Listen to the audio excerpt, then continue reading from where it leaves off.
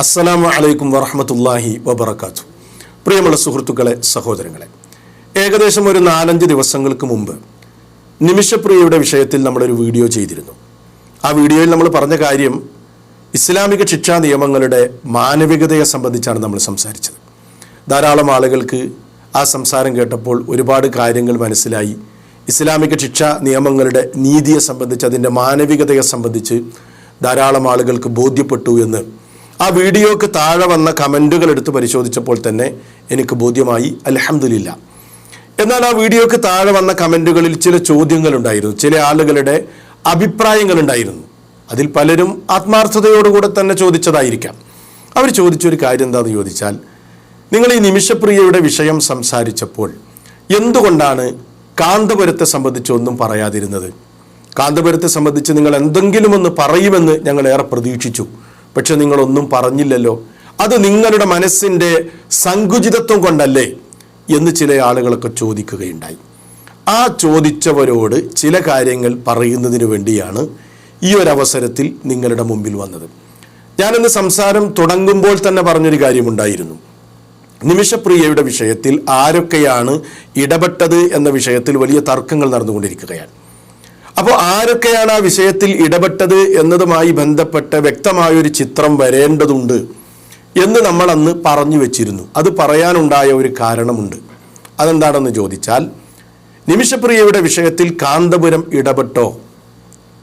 കാന്തപുരത്തിൻ്റെ ഇടപെടലുമായി ബന്ധപ്പെട്ട ചില ദുരൂഹതകൾ, ചില സംശയങ്ങൾ അന്ന് തന്നെ നമുക്ക് ലഭിച്ചിട്ടുണ്ടായിരുന്നു. പക്ഷേ സംശയത്തിൻ്റെ അടിസ്ഥാനത്തിൽ ഒരു കാര്യം പറയുക എന്നതോ, ഒരു വിഭാഗം ആളുകളെ ആ നിലക്ക് പരിചയപ്പെടുത്തുക, അതല്ലെങ്കിൽ അവരെ ക്രൂശിക്കുക എന്നതോ ഒന്നും നമ്മുടെ നിലപാടല്ല എന്നതുകൊണ്ട് വളരെ വ്യക്തമായ തെളിവുകളുടെ അടിസ്ഥാനത്തിലല്ലാതെ നമ്മൾ സംസാരിക്കാറില്ല. അപ്പോൾ നിങ്ങൾക്കറിയാലോ, നമ്മുടെ ഈ ചാനലിൻ്റെ പ്രത്യേകത തന്നെ 100% നമുക്ക് ബോധ്യമായ കാര്യങ്ങൾ മാത്രമാണ് ജനങ്ങളോട് നമ്മൾ പറയാറുള്ളത്. ബോധ്യമല്ലാത്ത കാര്യങ്ങൾ പറയില്ല. അപ്പോൾ നമുക്ക് ബോധ്യമല്ലാത്ത ഒരു കാര്യം എടുത്ത് കൊണ്ടുവന്ന് കാന്തപുരത്തെ പ്രശംസിക്കേണ്ട ആവശ്യമില്ല. അതുകൊണ്ട് തന്നെ നമ്മൾ കുറച്ച് കാത്തിരുന്നു. ഇപ്പോൾ കാര്യങ്ങൾ ഒക്കെ ഒന്ന് ശാന്തമായി. ഇനി ചില കാര്യങ്ങൾ നിങ്ങളോട് പറയാം എന്ന് വിചാരിച്ചത് കൊണ്ടാണ് ഈ സന്ദർഭത്തിൽ നിങ്ങളുടെ മുമ്പിൽ വന്നത്. നമ്മൾ പറയുന്ന കാര്യം 100% സത്യമാണ് എന്ന് നമുക്ക് ബോധ്യമുണ്ടെങ്കിൽ ഭൂരിപക്ഷം ആളുകൾ അതിനെ എതിർത്താലും ആ സത്യം തുറന്നു പറയുക എന്നതാണ് നമ്മുടെ നിലപാട്. അതുകൊണ്ടാണ് ഈ വിഷയം നമ്മൾ പറയുന്നത്. ഇപ്പോൾ കാന്തപുരത്തിൻ്റെ ഇടപെടലുമായി ബന്ധപ്പെട്ട വിഷയത്തിൽ കൂടുതൽ കാര്യങ്ങൾ മറനീക്കി പുറത്തു വന്നിരിക്കുകയാണ്. അന്ന് പലരും ചോദിച്ചല്ലോ, നിങ്ങൾ എന്തുകൊണ്ടാണ് കാന്തപുരത്തെക്കുറിച്ചൊന്നും പറയാതിരുന്നത് എന്ന്. ആ സഹോദരങ്ങളോട്, സുഹൃത്തുക്കളോട് എനിക്ക് പറയാനുള്ളത്, സത്യമായി പറഞ്ഞാൽ നിമിഷപ്രിയയുടെ വിഷയത്തിൽ കാന്തപുരം കാര്യമായ ഒരു ഇടപെടലും നടത്തിയിട്ടില്ല. എന്ന് പറഞ്ഞാൽ കാന്തപുരത്തിൻ്റെ ഇടപെടൽ മൂലമല്ല നിമിഷപ്രിയയുടെ ശിക്ഷ മരവിപ്പിച്ചതും നീട്ടിവെച്ചതും എന്ന കാര്യം നിങ്ങൾ മനസ്സിലാക്കണം. ഞാനിത് വെറുതെ പറയുന്നതല്ല. ഈ വിഷയത്തിലുള്ള ഓരോ തെളിവുകളും ഞാൻ വളരെ കൃത്യമായ നിലക്ക് നിങ്ങളുടെ മുമ്പിൽ അവതരിപ്പിക്കും. എന്തിനാണ് ഇങ്ങനെ കളവും അതേപോലെ തന്നെ വഞ്ചനയും ഒക്കെ കാണിച്ച് ക്രെഡിറ്റും പബ്ലിസിറ്റിയും ഒക്കെ എടുക്കാൻ വേണ്ടി ശ്രമിക്കുന്നത്? അതിനോടാണ് നമുക്ക് വിയോജിപ്പുള്ളത്. അതുകൊണ്ട് ഈ സംസാരം സ്കിപ്പ് ചെയ്യാതെ അവസാനം വരെ നിഷ്പക്ഷമായി നിങ്ങൾ ഓരോരുത്തരും ശ്രമിക്കണം.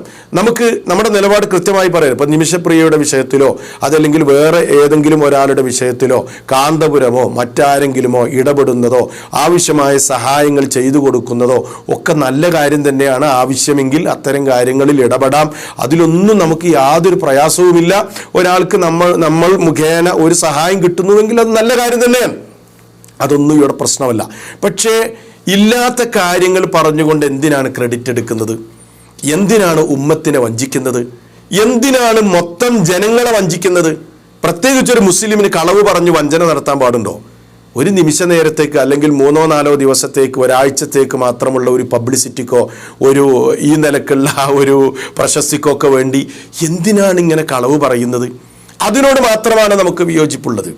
അപ്പോൾ നിമിഷപ്രിയയുടെ വിഷയത്തിൽ കാന്തപുരം ഒരു ഇടപെടലും നടത്തിയിട്ടില്ല. അദ്ദേഹത്തിൻ്റെ ഇടപെടൽ മൂലമല്ല ശിക്ഷ മരവിപ്പിച്ചത്, മറിച്ച് ചില കളികൾ കളിച്ചുകൊണ്ട്, ചില കളവുകൾ പറഞ്ഞുകൊണ്ട് ജനങ്ങളെയും മീഡിയകളെയും മൊത്തം തെറ്റിദ്ധരിപ്പിക്കുകയാണ് ചെയ്തത് എന്ന് പറയാൻ യാതൊരു പ്രയാസവുമില്ല.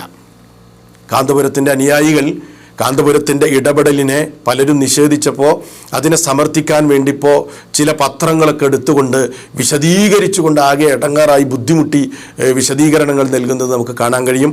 കാന്തപുരത്തിൻ്റെ ഒരു മുരീദ്, അതല്ലെങ്കിൽ കാന്തപുരത്തിൻ്റെ ഒരു ശിഷ്യൻ, ഒരു സഖാഫി, കാന്തപുരത്തിൻ്റെ തന്നെ ഉസ്താദിൻ്റെ ഇടപെടലുമായി ബന്ധപ്പെട്ട് പത്രങ്ങൾ നിരത്തി സംസാരിക്കുന്ന ഒരു സംസാരം നിങ്ങളൊന്ന് കേൾക്കുക. അതിനുശേഷം ബാക്കിയുള്ള കാര്യങ്ങൾ നമുക്ക് പറയാം. ഇത് യമനിലെ അദൻ എന്നറിയപ്പെടുന്ന പത്രമാണ്. ഈ പത്രത്തിൽ നമുക്ക് കാണാൻ സാധിക്കും, ഇത് ഇന്നലെ വന്നതാണ്.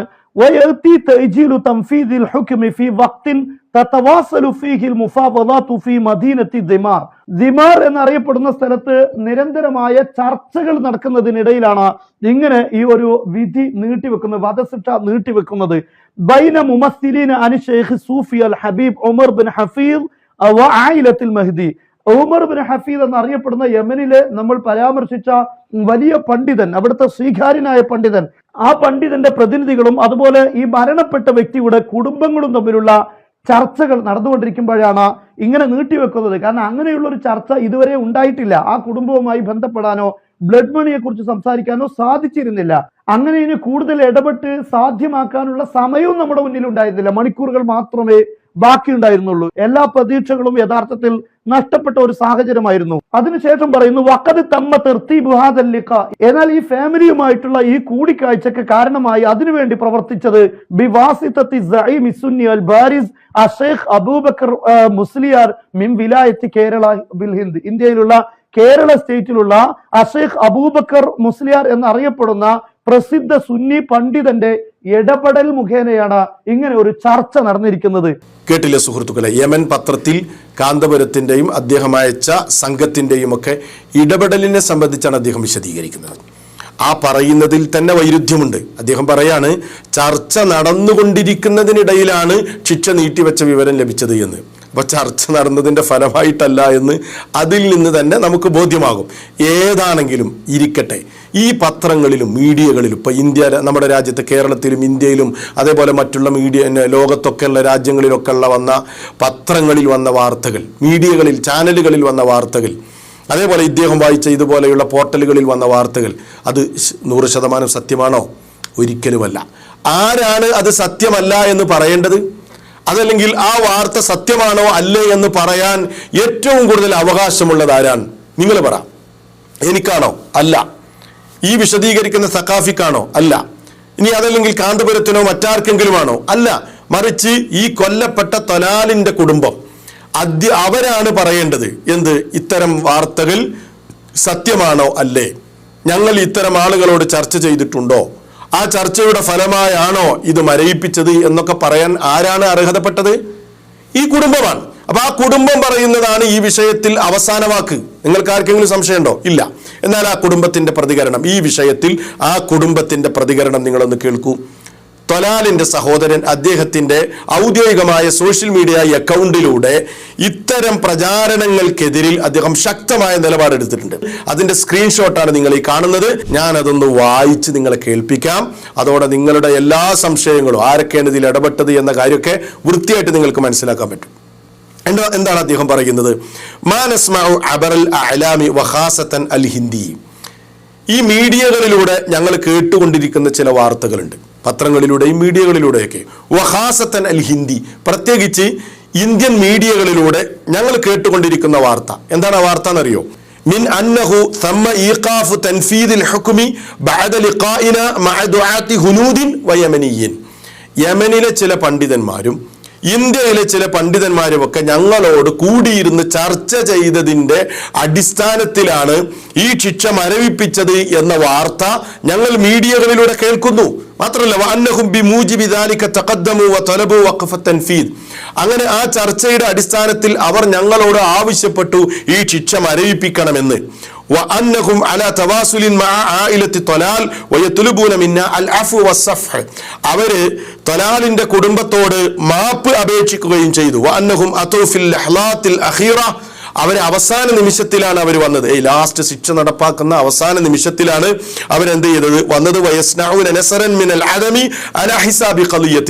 അങ്ങനെ ഈ ശിക്ഷ നടപ്പാക്കുന്നതുമായി ബന്ധപ്പെട്ടത് ഇല്ലാതാക്കാൻ, അത് മരവിപ്പിക്കാൻ ഞങ്ങളോട് ചർച്ച ചെയ്തു എന്ന് പറയുന്ന വാർത്തകൾ ഞങ്ങൾ മീഡിയകളിലൂടെ ഇങ്ങനെ ചില പണ്ഡിതന്മാർ, സൂഫി പണ്ഡിതന്മാരൊക്കെ ഇടപെട്ടു എന്ന് പറയുന്ന വാർത്ത ഞങ്ങൾ ഇങ്ങനെ മീഡിയകളിലൂടെയാണ് ഞങ്ങൾ കേൾക്കുന്നത്. എന്താണ് ഇതുമായി ബന്ധപ്പെട്ട് തലാലിന്റെ കുടുംബം പറയുന്നത്? ഈ വാർത്തയെ കുറിച്ച് എന്താണ് അവരുടെ അഭിപ്രായം? ഇനി അടിവരയിട്ട് ശ്രദ്ധിച്ചോ. ഞങ്ങൾ ഇതാ ഉറപ്പിച്ചു പറയുന്നു, അവരെ കുറിച്ച് ഞങ്ങൾക്ക് അറിയേയില്ല, ഇങ്ങനെ ഒരു സംഗതി ഞങ്ങൾക്ക് അറിയേയില്ല. ഇല്ലാ മിൻ ഖിലാലി വസായിലിൽ ഇഅ്ലാം, സമൂഹ മാധ്യമങ്ങളിൽ ഇങ്ങനെ പ്രചരിക്കുന്നു എന്നല്ലാതെ തലാലിന്റെ കുടുംബത്തിന് അതുമായി യാതൊരു വിവരവുമില്ല. വലം നൽതഖി ബിഹിം, ഞങ്ങൾ അവരോട് ചർച്ച ചെയ്തിട്ടില്ല. പച്ച നോൺ എന്തിനാണ് ഈ പറയുന്നത്? ഇയാൾ പറയാണ് ഞങ്ങൾ അവരോട് ചർച്ച ചെയ്തിട്ടില്ല. ഔ ബിമൻ യുമസ്സിലുഹും, അല്ലെങ്കിൽ അവരയച്ച പ്രതിനിധി സംഘങ്ങളോട് പോലും ഞങ്ങൾ ചർച്ച ചെയ്തിട്ടില്ല. ഔ ഹത്താ ഉസതാ മിൻ ഖിബലിഹിം, അവരുടെ ഭാഗത്ത് നിന്ന് അവരയച്ച മീഡിയേറ്റർമാരോ മധ്യവർത്തികളോ ആയ ആരോടും ഞങ്ങൾ ചർച്ച ചെയ്തിട്ടില്ല. ഔ ഹത്താ തൽഖീന ഇത്തിസാല തലഫുനി മിൻഹും, അവരിൽ ഒരാളുമായി ഞങ്ങൾ ടെലിഫോണിൽ പോലും സംസാരിച്ചിട്ടില്ല. മീഡിയകൾ പാച്ചക്കളവുകൾ പ്രചരിപ്പിക്കുകയാണ്. നോക്കൂ നിങ്ങൾ. അപ്പൊ ഈ കുടുംബം ഇങ്ങനെ ഒരു സൂഫി പണ്ഡിതന്റെ മധ്യസ്ഥതയിൽ ഒരു ചർച്ചക്കും പോയിട്ടില്ല, ഒരു കാന്തപുരം ഈ വിഷയത്തിൽ ഇടപെട്ടില്ല. പിന്നെ എന്താ സംഭവിച്ചതെന്ന് ഞാൻ വഴിയെ പറയുന്നുണ്ട്. എന്നിട്ട് അദ്ദേഹം പറയാണ്,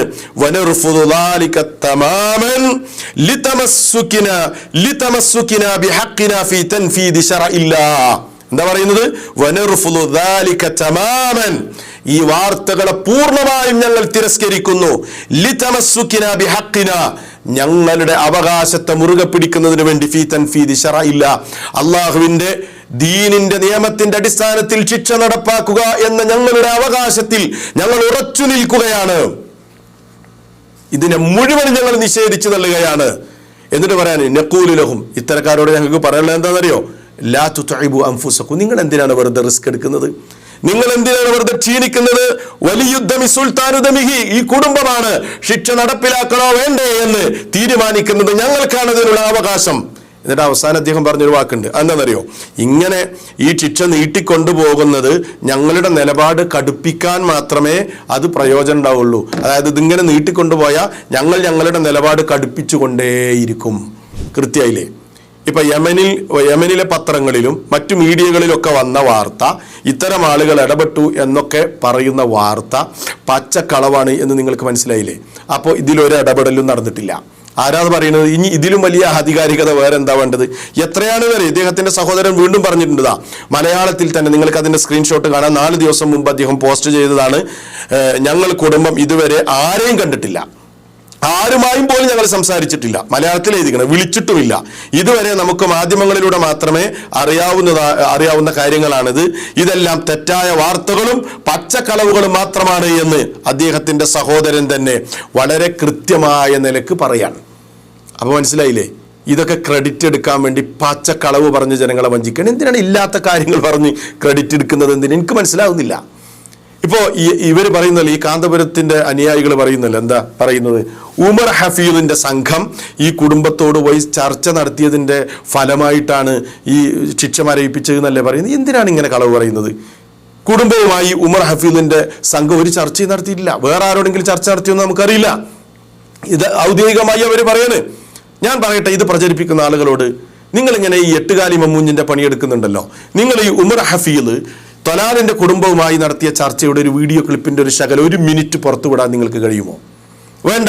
ഇപ്പൊ ഇറാൻ പ്രതിനിധികളുമായി സംസാരിച്ചു എന്നൊക്കെ പറഞ്ഞുകൊണ്ട് ഈ സഖാഫി അവിടെ വായിച്ചല്ലോ, പത്രങ്ങളിൽ അതൊരു ഫോട്ടോ ഒക്കെ കാണിച്ചല്ലോ. എന്നാൽ തലാലിന്റെ കുടുംബവുമായി ഈ ഉമർ ഹഫീദ് ചർച്ച ചെയ്തതിന്റെ ഒരു ഫോട്ടോ നിങ്ങൾക്ക് ഒന്ന് പുറത്തുവിടാൻ പറ്റുമോ?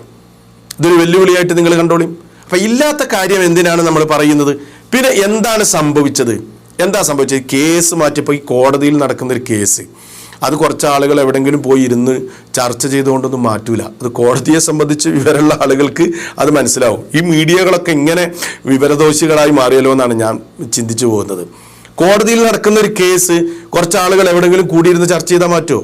ഒരിക്കലും മാറ്റൂല. അത് മരവിപ്പിക്കൂല. മറിച്ച് ഒന്നുകിൽ ആ ശിക്ഷയുമായി കേസുമായി ബന്ധപ്പെട്ട ആളുകൾ ഹർജി നൽകണം. ശിക്ഷ മരയിപ്പിക്കാനോ നീട്ടിവെക്കാനോ ഒക്കെ. അത് ചിലപ്പോൾ അനുഭാവപൂർവ്വം കോടതി സ്വീകരിച്ചാൽ നീട്ടിവെച്ചേക്കാം. അതല്ലെങ്കിൽ ഈ ഇസ്ലാമിക നിയമപ്രകാരം കൊല്ലപ്പെട്ടവന്റെ കുടുംബത്തിനാണ് അധികാരമുള്ളത്. അവരെന്തെങ്കിലും വിട്ടുവീഴ്ച ചെയ്താൽ അതിൽ വല്ല മാറ്റം ഉണ്ടാവും. അതല്ലാതെ ഏതെങ്കിലും സംഘം ആരെങ്കിലും അയച്ച ചില മൗലവിമാരും മുസ്ലിംമാരും ഒക്കെ എവിടെങ്കിലും ഇരുന്ന് ചർച്ച ചെയ്താൽ കോടതിയിൽ നിന്ന് വന്ന ഒരു നിയമം നീട്ടിവെക്കുമെന്നാണോ ചിന്തിക്കുന്നത്? എന്തുമാത്രം വിവരക്കേടാണിത്? ഒരിക്കലും അല്ല. മറിച്ച് എന്താ സംഭവിച്ചതെന്നറിയോ? നിമിഷപ്രിയയുടെ ഉമ്മ കോടതിക്കൊരു ഹർജി നൽകി ഈ ശിക്ഷ മരവിപ്പിക്കണമെന്ന് പറഞ്ഞുകൊണ്ട്. അങ്ങനെ ആ ഹർജി പരിഗണിച്ചുകൊണ്ട് കോടതി ശിക്ഷ ഒന്നുകൂടെ നീട്ടിവെച്ചു. അതാണ് സംഭവിച്ചത്. അതാണ് യാഥാർത്ഥ്യം. ഉള്ളതുപോലെ പറയണല്ലോ. ഈ ഒരു വിഷയത്തിൽ ഇടപെട്ട തുടക്കം മുതൽക്ക് തന്നെ ഇടപെടുന്ന ഒരു അഡ്വക്കേറ്റ്, ഒരു സഹോദരി, അവർ പറയുന്നൊരു വോയിസ് മീഡിയകളിലൂടെ പുറത്തു വന്നതാണല്ലോ. ഇത് എഴുതി 14-നാണ് ഈ ശിക്ഷ മരവിപ്പിച്ചു എന്ന് ഔദ്യോഗികമായി കോടതിയിൽ എഴുതി കിട്ടുന്നത്. ആ എഴുതി കിട്ടുന്നതിൻ്റെ 2-3 ദിവസം മുമ്പ് തന്നെ ഈ ഒരു ന്യൂസ് ഇവർക്ക് കിട്ടിയിരുന്നു, ഇത് മരവിപ്പിക്കുമെന്നുള്ളത്. അതാണ് നേരത്തെ ഈ സഖാഫി വായിച്ചവർ ചർച്ച ചെയ്തുകൊണ്ടിരിക്കുന്നതിനിടയിൽ വാർത്ത വന്നു എന്ന് മനസ്സിലായോ? അപ്പോൾ ഇത് എഴുതി കിട്ടുന്നത് 14-നാണ്, പക്ഷെ അതിൻ്റെ 2-3 ദിവസം മുമ്പ് തന്നെ ഈ ശിക്ഷ മരവിപ്പിച്ചിട്ടുണ്ട്. അതുമായി ബന്ധപ്പെട്ട ആ സഹോദരി പറയുന്ന കുറച്ച് വാക്കുകൾ നിങ്ങളൊന്ന് കേൾക്കുക, എന്നിട്ട് നമുക്ക് ബാക്കി പിന്നെന്താ സംഭവിച്ചു എന്ന് പറയാം. ദീപ ജോസഫ്, ഇതിനകത്ത് കാണുന്ന ഒരു വൈരുദ്ധ്യമാണ്. സംശയം എന്ന രീതിയിൽ തന്നെ ചോദിക്കുകയാണ്, താങ്കൾക്ക് ഈ വിവരം ഈ ശനിയാഴ്ച കിട്ടിയെന്ന് പറയുമ്പോൾ ഈ വധശിക്ഷ നീട്ടിവെക്കാൻ കാരണമായി കിട്ടിയ ഇൻഫോർമേഷൻ എന്തായിരുന്നു? ഇന്റൽ എന്തായിരുന്നു? അമ്മ കൊണ്ടിട്ട് ഇത് കൊടുത്തില്ലേ? അമ്മയുടെ ആപ്ലിക്കേഷനാണ് വധശിക്ഷ നീട്ടിവെക്കാൻ പറഞ്ഞ അമ്മ ആപ്ലിക്കേഷൻ. ഞങ്ങൾക്ക് ഫാമിലിയെ ബന്ധപ്പെടാനുള്ള സമയം ഇനിയും അനുവദിക്കണം എന്ന കാരണം കാണിച്ച് അമ്മ തന്നെയാണ് സ്വന്തം സൈനില് അമ്മയും സാമുവൽ ജെറോം ഭാസ്കറും കൂടെയാണ് ആപ്ലിക്കേഷൻ മൂവ് ചെയ്തിരിക്കുന്നത്. അത് കണക്കിലെടുത്തുകൊണ്ടാണ് നീട്ടിവെച്ചത്. ഉറപ്പായിട്ടും. അപ്പൊ കേട്ടില്ലേ സുഹൃത്തുക്കളെ, നിമിഷപ്രിയയുടെ ഉമ്മ കൊടുത്ത ആ അപേക്ഷയുടെ ഹർജിയുടെ ഫലമായിട്ടാണ് ഈ ശിക്ഷ മരയിപ്പിക്കുന്നത്. അപ്പോൾ 14-ന് ഈ 2 ദിവസം മുമ്പ് തന്നെ ഇങ്ങനെ മരയിപ്പിച്ച വാർത്ത കിട്ടി. ഔദ്യോഗികമായി കോടതിയുടെ ലെറ്റർ ഹെഡിൽ അവരെ എഴുതി പ്രസിദ്ധീകരിച്ചത് 14-ലാണ് അല്ലേ? 14-ന് ഇങ്ങനെ മരയിപ്പിച്ചു എന്നൊരു വാർത്ത വന്നപ്പോൾ കാന്തപുരം എന്താ ചെയ്തതെന്നറിയോ? കാന്തപുരം അതിൻ്റെ ക്രെഡിറ്റ് എടുക്കാൻ വേണ്ടി 15-ന് പത്രസമ്മേളനം നടത്തി. 15-ന് സിറാജിൽ വന്ന വാർത്ത ചർച്ച ഫലം കാണുന്നതാണ് കേട്ടോ, അത് വേറെ വിഷയം. 15-ന് ഇയാൾ പത്രസമ്മേളനം നടത്തിയിട്ട് പറഞ്ഞു. എന്താ പറഞ്ഞതെന്നറിയോ? അതായത് ഞങ്ങളുടെ അഭ്യർത്ഥന പ്രകാരം കോടതിയിൽ ഞങ്ങൾക്ക് ഔദ്യോഗികമായി വിവരം കിട്ടിയിട്ടുണ്ട്, ഇത് മരവിപ്പിച്ചു എന്ന് അദ്ദേഹം പറയുന്നു. നിങ്ങളത് കേട്ടു നോക്കൂ. പറഞ്ഞതിന്റെ അടിസ്ഥാനത്തിൽ ഈ യമനിലുള്ള ഉത്തരവാദപ്പെട്ട പണ്ഡിതന്മാരെല്ലാം ചേർന്ന് ഈ കാര്യത്തിൽ ആലോചിക്കുകയും അങ്ങനെ വേണ്ടത് ചെയ്യാമെന്ന് എനിക്ക് അറിയിക്കുകയുമാണ് ചെയ്തിരുന്നത്. ഇന്ന് ഔദ്യോഗികമായി നമുക്ക് അറിയിപ്പ്, കോടതിയുടെ അറിയിപ്പ് തന്നെ ലഭിച്ചു. വിഷയത്തിൽ നിങ്ങളുടെ അഭിപ്രായം അനുസരിച്ച് ഞങ്ങൾ ചർച്ച ചെയ്ത് തീരുമാനമെടുക്കാൻ സമയം വരാൻ സാധ്യതയുള്ളതുകൊണ്ട് നാളെ കൊലപ്പെടുത്താമെന്ന ആ നിയമം മാറ്റി അല്പം ദിവസം നീട്ടിവെച്ചിരിക്കുന്നു എന്ന വിവരം എനിക്ക് ഔദ്യോഗികമായി അവർ അയച്ചു തരികയും ചെയ്തു. കോടതിയുടെ ലെറ്ററിൽ തന്നെ അയച്ചു തന്നിട്ടുണ്ട്. അതുകൊണ്ട് ഇനി നമുക്ക് പ്രാർത്ഥിക്കാം. നിങ്ങളും എല്ലാവരും പ്രാർത്ഥിക്കുക. ഞാനിവരെ വെല്ലുവിളിക്കുകയാണ്. നിങ്ങൾ ഈ പ്രസിദ്ധീകരിച്ച കാന്തപുരം അദ്ദേഹത്തിൻ്റെ ഫേസ്ബുക്ക് അക്കൗണ്ടിലൂടെ തന്നെ ഈ ലെറ്റർ പബ്ലിഷ് ചെയ്തിട്ടുണ്ടല്ലോ. ഈ ലെറ്ററിൽ എവിടെയെങ്കിലും ഒരു വരിയെങ്കിലും, അരവരിയെങ്കിലും കാന്തപുരം ആവശ്യപ്പെട്ടത് കൊണ്ടാണ് ഈ ശിക്ഷ മരവിപ്പിച്ചത് എന്ന്, നിങ്ങളുടെ അഭ്യർത്ഥന മാനിച്ചുകൊണ്ടാണ് ഈ ശിക്ഷ മരവിപ്പിച്ചത് എന്ന് അറബിയിൽ ആ ലെറ്റർ ഹെഡിൽ ഒരു വരി നിങ്ങൾക്ക് കാണിച്ചു തരാൻ പറ്റും? എന്തിനാണ് അനാവശ്യമായ ക്രെഡിറ്റ് എടുക്കുന്നത്? ഇല്ലാത്ത കാര്യം എന്തിനാ പറയുന്നത്? അങ്ങനെ ഒരു വരിയെ അതിലില്ല. കാണിച്ചു തരാൻ നിങ്ങളുടെ കൂട്ടത്തിൽ ആരെങ്കിലും ഉണ്ടെങ്കിൽ അത് നിങ്ങൾ കൊണ്ടുപോവാ, കാണിക്ക്. നിങ്ങൾ പറഞ്ഞത് ഞങ്ങൾ കേൾക്കും. മാത്രമല്ല, നിങ്ങൾ കാണിച്ച അതിലൊരു മറ്റൊരു കൃത്രിമം എന്താണെന്ന് ചോദിച്ചാൽ, നിങ്ങൾ ഈ ഒരു ലെറ്റർ ഹെഡിൽ അതിലെ നിങ്ങൾ എഡിറ്റ് ചെയ്തു, എന്നിട്ട് നിങ്ങൾ ഗ്രാൻഡ് മുഫ്തി എന്നതിൽ വാട്ടർമാർക്ക് നിങ്ങൾ ആഡ് ചെയ്തു. ആ ഒറിജിനൽ കത്തിൽ വാട്ടർമാർക്ക് ഇല്ല. ഇതാ നിങ്ങൾക്ക് കാണാം, ശരിക്കും കാണാം. ഇവർ കാണിച്ച കൃത്രിമാണിത്. വാട്ടർമാർക്ക് ഗ്രാൻഡ് മുഫ്തി എന്നിവരെ എഡിറ്റ് ചെയ്തിട്ട് ഇവർ പ്രസിദ്ധീകരിച്ചു. ഇതാണ് ഇവർ കൃത്രിമം കാണിച്ച ആ ലെറ്റർ ഹെഡ്. ഇനി അതിൻ്റെ ഒറിജിനൽ നോക്കൂ, അതിൽ ഗ്രാൻഡ് മുഫ്തി എന്നുണ്ടോ? ഇല്ല. അപ്പോൾ ഇതൊക്കെയാണ് ഈ വിഷയത്തിൽ സംഭവിച്ചത്. ഇത് നമുക്ക് ആദ്യമേ ഇതിനെക്കുറിച്ചുള്ള സൂചന. കാരണം കാന്തപുരമാണല്ലോ ഇത്തരം വിഷയങ്ങളിൽ ഇടപെടുന്നത്. പല വിഷയങ്ങളിലും സംശയാസ്പദമായ കാര്യങ്ങൾ മൂപ്പര് ചെയ്യും. അതുകൊണ്ട് തന്നെ മൂപ്പര വിഷയത്തിൽ പെട്ടെന്ന് എടുത്തു ചാടി പ്രശംസിച്ചിട്ട് കാര്യമില്ല എന്ന ബോധ്യം സത്യത്തോട് കൂറുള്ളത് കൊണ്ട് അത് നമ്മൾ ചെയ്തില്ല. അതുകൊണ്ടാണ് മിണ്ടാതിരുന്നത്. ഇപ്പം എന്താ സംഭവിച്ചത്? നിമിഷപ്രിയയുടെ ഉമ്മ ഹർജി കൊടുത്തു, അത് നീട്ടിവെച്ചു. നീട്ടിവെച്ചു എന്നുള്ള വിവരം അവിടുന്ന് കിട്ടിയപ്പോൾ 15-ന് പത്രസമ്മേളനം നടത്തിയിട്ട് ഞങ്ങൾ അഭ്യർത്ഥന പ്രകാരമാണ് നീട്ടിവെച്ചത്, കോടതിയിൽ നിന്ന് ഞങ്ങൾക്ക് നേരിട്ട് വിവരം കിട്ടിയിരിക്കുന്നു എന്ന് പറഞ്ഞുകൊണ്ട് അങ്ങനെ ആളാകാനും അതേപോലെ അതിൻ്റെ മൊത്തം ഉത്തരവാദിത്തം ഏറ്റെടുക്കാനും ശ്രമിക്കുകയാണ് ചെയ്തത്. നമുക്കൊരു കാര്യത്തിൽ ഇടപെടാനും സഹായം ചെയ്യാനൊക്കെ സാധിക്കുമെങ്കിൽ അത് നമ്മൾ ചെയ്യാം, നമുക്ക് ചെയ്യാം. എന്തിനാണ് അതിൻ്റെ പേരിൽ ഇങ്ങനെ ക്രെഡിറ്റ് എടുത്ത് ആളാവാൻ ശ്രമിക്കുന്നത്? എന്തിനാണ് വഞ്ചിക്കുന്നത്? എന്തിനാണ് കളവ് പറയുന്നത്? അപ്പോൾ ഈ ഒരു വിഷയത്തോട് മാത്രമാണ് നമുക്ക് അതിൽ വിയോജിപ്പുള്ളത്. അതല്ലാതെ ഇത് പറയുമ്പോൾ തെറ്റിദ്ധരിക്കേണ്ട, ആരോടുള്ളൊരു വിദ്വേഷമോ ഒരു വെറുപ്പോ ഇത് പറയാൻ നമ്മളെ പ്രേരിപ്പിച്ചിട്ടില്ല. കാന്തപുരം തന്നെ പോസിറ്റീവായി പറഞ്ഞ അദ്ദേഹത്തിൻ്റെ പല അഭിപ്രായങ്ങളും പോസിറ്റീവായിട്ട് നമ്മൾ വീഡിയോ ചെയ്തിട്ടുണ്ട് നമ്മളെ ചാനലിൽ തന്നെ. അപ്പോൾ നമുക്ക് ആദർശപരമായി വിയോജിപ്പുള്ള ഒരാൾ എന്തു പറഞ്ഞാലും അതിനെ അന്ധമായി എതിർക്കുക എന്നൊരു നിലപാട് എനിക്കില്ല. ഞാനങ്ങനെ ചെയ്യാറില്ല. പോസിറ്റീവായിട്ട് എന്തെങ്കിലും നല്ലതായിട്ട് എന്തെങ്കിലും പറഞ്ഞാൽ അതിനെ ആ നിലയ്ക്ക് തന്നെ കാണാൻ ഞാൻ ശ്രമിക്കാറുണ്ട് എന്നുകൂടി ഇതിനോട് അവസാനം കൂട്ടിച്ചേർക്കുകയാണ്. സത്യം മനസ്സിലാക്കാൻ അള്ളാഹു തൗഫീഖ് നൽകട്ടെ. വസ്സലാമു അലൈക്കും വറഹ്മത്തുള്ളാഹി വബറകാതുഹു.